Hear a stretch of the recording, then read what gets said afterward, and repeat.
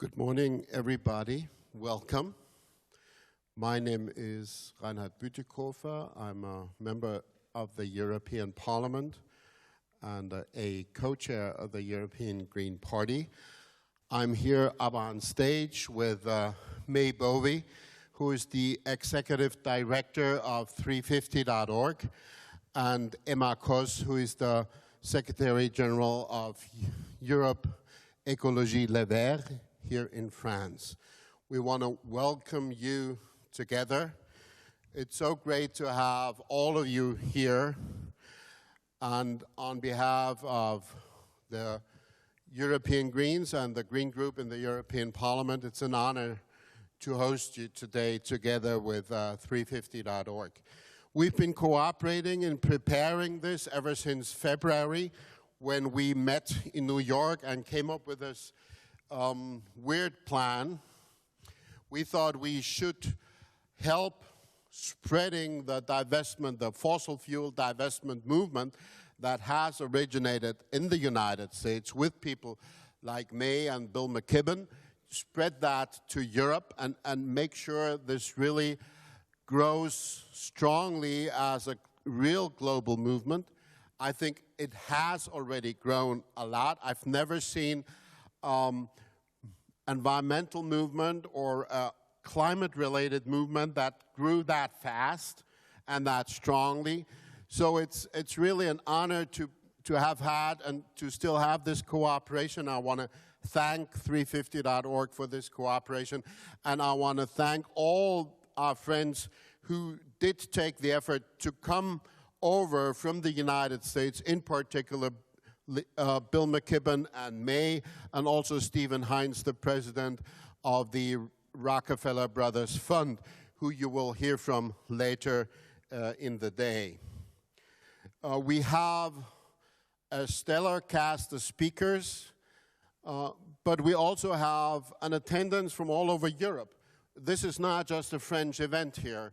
We have visitors and participants from, if I'm not mistaken, from Switzerland, Belgium, Netherlands, Germany, Finland, Ireland, the UK, and Austria, at least.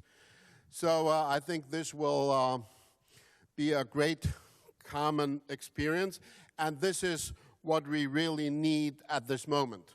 Because clearly in the run-up to the COP21 conference in December, it's obvious that even if our governments produce the best possible outcome at this moment, it will be far from sufficient if we measure that against the max +2 degrees centigrade limit that everybody has agreed we should at least stick to. So here is the task for civil society, for citizens, for businesses, academics, NGOs, for faith organizations, and all across and throughout our societies. I think it is important that we really grab this opportunity, and the fossil fuel divestment movement offers us this opportunity to really become active ourselves. The empowerment of citizens and social actors is one of the most fundamental features of this particular movement, and we really welcome that a lot. We will not only talk about divestment today, we will also talk about the second half of the equation, which is reinvestment, investment into renewable energies, investment into energy efficiency technologies, and about how to frame the market conditions to make that a much more promising perspective even than it is today. So let me close my remarks here in welcoming you by just saying we have a very clear choice. There is no future for fossil fuel, or there is no future for us. I think we have a good shot at winning that battle. I believe this is the most important battle of this generation, so I hope we will all contribute as best we can to that effort. Thank you all very much. Thank you for being here. Now, May, please.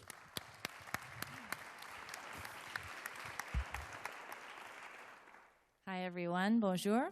Thank you, Reinhard, and thank all of you for coming, for traveling this way to spend the day with us and to focus on this important topic. We have a new favorite saying at 350.org.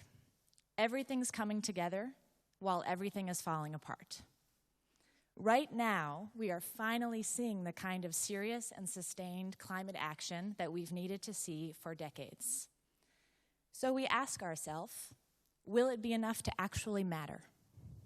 We're all of us in this room and many, many more are looking forward to what will happen in Paris at the end of this year. And major summits come and go, as we know, but this one has the chance to be very different. Why is that? I would say, first of all, the solution is very real, and it's even cheap in some places. Second, we know the fossil fuel industry is on the defensive, and it is their business model that is causing the problem. And third, there is widespread evidence of how climate change is already affecting and changing people's lives. So with these barriers to action removed, we can really expect something strong, but we know it will be our job to close the gap. The movement to divest from fossil fuels, which we're all a part of here, has spread faster than anybody expected. And every day there's a new story of victory. Today, we have a grand victory here in France. A Catholic NGO has just divested. Just a couple of days ago, a major Academy of Sciences in California, which is where I grew up, just divested. And it goes on and on. And as Reinhard mentioned, it is truly a global phenomenon from South Africa to Japan, throughout Europe, Canada, Australia, New Zealand. It's popping up everywhere. It's powered by thousands of individual campaigns, churches, cities, pension funds, you name it, people are trying to divest.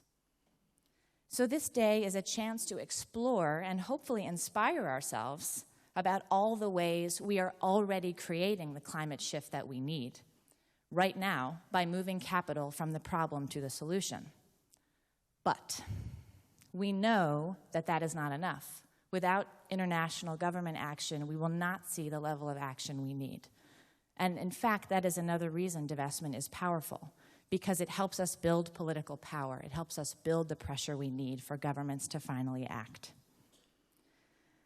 Lest I oversimplify, we know divestment is complicated, challenging to figure out, so is reinvestment. So I hope also today we will learn from each other.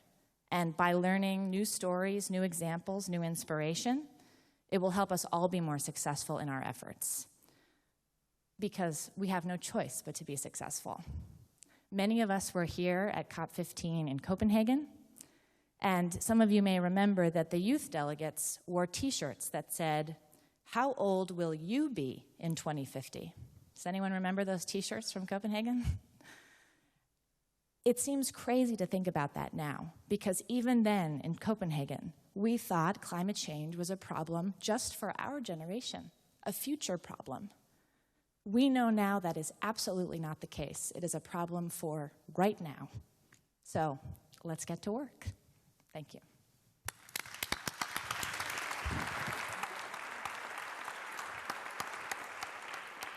Chers amis, je vais vous faire le plaisir de parler en français. So, dear friends, I'll be speaking in English. I'd like to say that I'm very pleased that Reinhard and May have given me the opportunity to talk to you here in Paris, because for us environmentalists in France, it's a great honor that you chose Paris to hold this conference.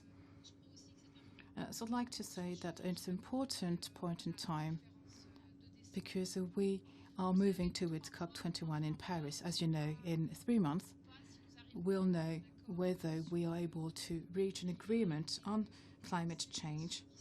And all those of you who are here in this room today all know that they want a binding agreement. They want sustainable solutions for all countries. And this means that the G20 countries, so those that are the highest polluting countries, will have to contribute even more than other countries.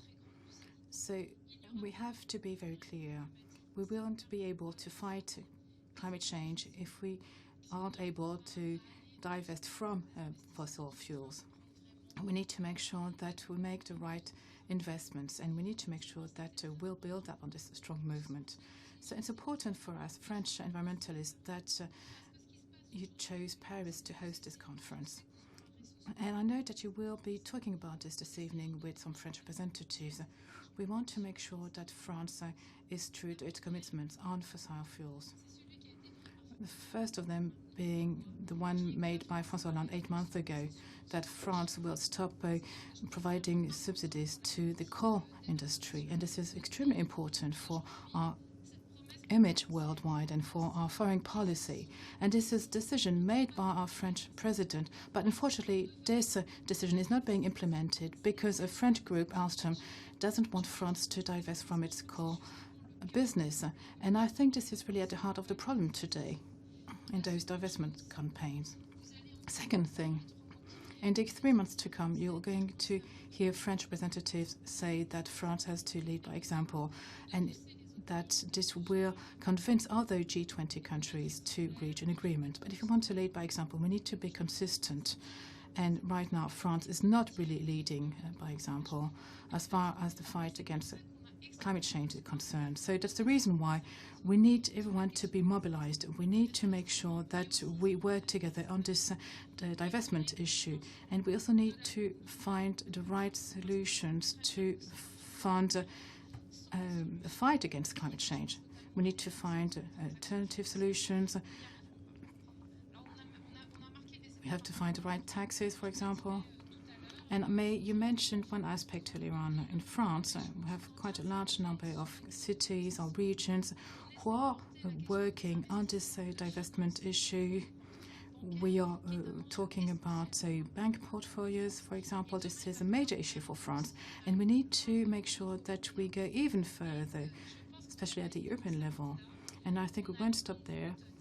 There's still a long way to go until December so that we can reach an agreement. We are all fully committed, and we know that this won't stop in December. We'll have to make sure that we are able to implement the right policies afterwards so that we can implement new economic models.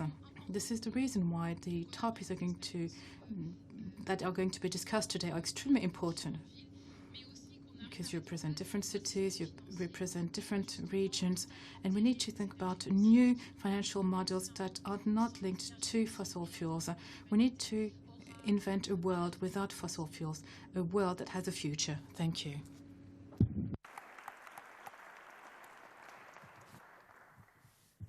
So that was the welcome. I have 3 housekeeping remarks for all of you. Number 1, the headphones outside, so we will have French and English interpretation. If you need a headphone, get one. And please don't forget to give it back when you don't need it anymore. Second, we have free Wi-Fi here. If you are interested in using it, look at your program. And third, we have a hashtag. So if you want to tweet, tweet please under the hashtag divestconference.